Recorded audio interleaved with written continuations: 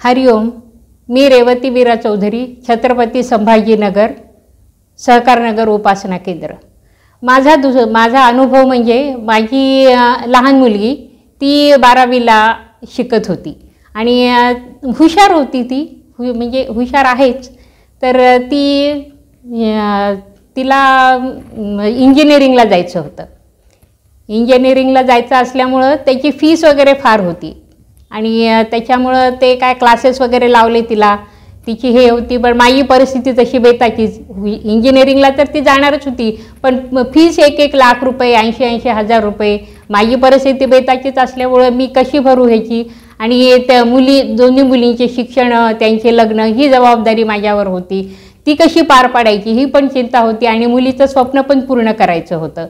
पण काय झालं, तरी मी बापूंकडे आले. बापूंना सारखा धावा करत होते की बापू तुम्ही काहीतरी मार्ग काढा, शिकडे इंजिनियर तर होणारच आहे, पण फीस कशी भरू आणि फीसचा मी काय करू, ह्याच्यातनं तुम्हीच काहीतरी मार्ग काढणार. मग मी बापूंचा धावा, घोर कष्टोधरण, रामनामाच्या भया वगैरे हे लिहायला सुरुवात केली आणि तिची परीक्षा झाली. छान मार्क पडले तिला, चांगल्या मार्काने उत्तीर्ण झाली आणि इंजिनिअरिंगचे फॉर्म भरायला सुरुवात झाली होती.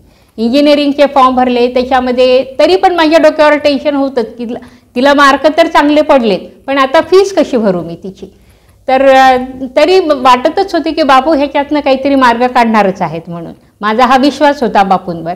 मी बापूंचा सारखी धावा करू लागली आणि तिला एक स्कीम समजली की TFWS म्हणून, की प्रत्येक ब्रँचला जे पहिल्या 3 मध्ये टॉपर असतं त्याची फीस कॉलेज भरतं. तर त्याच्यामधून तिने फॉर्म भरला आणि मग त्याचा पण रिझल्ट लागला. आणि आश्चर्य म्हणजे बापूंनी आमचं गाऱ्हाणं ऐकलं आणि तिला TFWS मधून तिला नंबर लागला आणि तिची फीस पूर्णपणे माफ झाली.